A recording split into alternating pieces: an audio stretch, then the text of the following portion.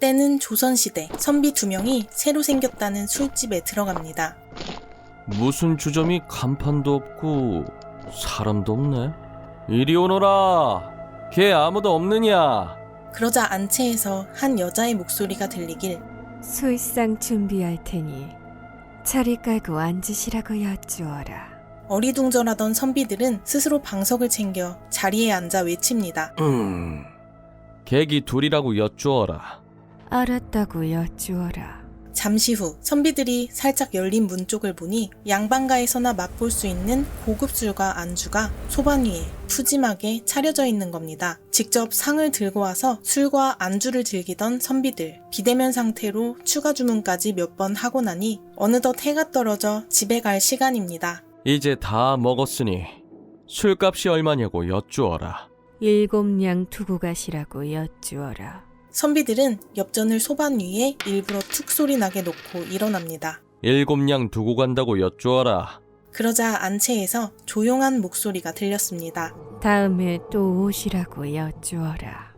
주인이 끝까지 코빼기도 안 비추는 조선의 이상한 술집, 게다가 양반집에서나 먹는 좋은 술과 음식을 저렴하게 판매하는 이곳의 주인은 놀랍게도 양반가의 여인이었습니다. 절대 얼굴을 비추지 않고 착실히 내외하는 술집이라 하여 일명 내외술집이라 불리던 이곳. 주인의 팔뚝만 보인다 하여 팔뚝집이라고도 불렸는데요. 엄격한 신분제를 강조하는 유교의 나라 조선에서 그것도 양반집 여인이 술을 파는 집이라니 어떻게 이런 이상한 술집이 생겨난 걸까요? 조선시대에는 술을 마시면 감옥에 가두고 심지어 사형 선고까지 내리는 무시무시한 금주령이 자주 발동했습니다. 이유는 간단했습니다. 당시 술의 원료가 쌀과 같은 곡류였기 때문입니다. 농업국가였던 조선에선 흉년이 들 때마다 온 나라가 휘청거렸는데 백성이 굶어 죽는 와중에 주식량인 쌀을 술 빚느라 낭비하는 게 임금은 영 못마땅했던 겁니다. 그래서 금주령은 조선왕조 500년에 걸쳐 국가의 기본 정책으로 유지되었는데요. 기근이 들 때마다 자꾸 금주령을 내린다 한들 음주를 향한 인간의 욕망을 완벽히 통제할 순 없었습니다. 특히 술 마셨다고 사형까지 내리던 영조는 죽을 때까지 술과의 전쟁을 벌였지만 조선의 술꾼들은 용케도 숨어서 술을 마셨습니다. 그 뒤를 이어 즉위한 정조는 정반대 정책을 펼치는데요. 영조 시절에 엄격한 금주령이 백성들을 괴롭게나 하지 별 효과도 없다는 걸 깨달았기 때문입니다. 정조 때 금주령이 완화되고부터는 한양의 술집이 폭발적으로 늘어나기 시작합니다. 본격적으로 술집이 발달하자 원래 소박했던 안주가 이젠 소고기나 생선 같은 당시 고급 음식들로 발전합니다. 또한 18세기 후반 상업과 화폐 경제가 발달한 것도 술집 문화 발달에 큰 몫을 차지했습니다. 이런 사회적 분위기 속에서 기묘한 내외 술집이 출현한 것은 19세기쯤으로 추정되는데요. 전통적인 신분 질서가 요동치던 조선 후기, 재물을 모은 상민이나 노비가 신분 세탁을 하는 등 양반수가 대폭 늘어난 시기인데다 오리지널 양반 중에는 관직에서 밀려나 양반 행세도 제대로 못하는 경우가 많아집니다. 자연스레 양반층 안에서도 계층이 생겨버렸는데 그 중에서도 몰락한 양반가의 여인들 혹은 남편이 죽고 과부가 된 양반집 여인들이 생활고를 겪는 경우가 생겼습니다. 가뜩이나 조선 후기에는 내외법이 강화되면서 고려시대랑 비교도 안 될 만큼 폐쇄성이 짙어졌는데요. 정절을 지키는 게 여자의 최우선적인 덕목이라 자유롭게 문 밖을 나가지도 못하고 그나마 외출할 때도 쓰개치마나 장옷으로 얼굴을 가려야 하고 그저 집안에 갇혀 집안일만 해야 하는데 남편은 죽어서 집에 없고 그렇다고 평생 재혼도 못하고 집에 말동무할 종이라도 있으면 좋겠는데 집안에 남은 재산은 없고 그야말로 총체적 위기에 처한 양반가 여인들이 먹고 살려고 찾아낸 방법이 바로 내외술집 이었습니다. 지체 있는 양반가 여인으로서 외간 남자와 대면하지도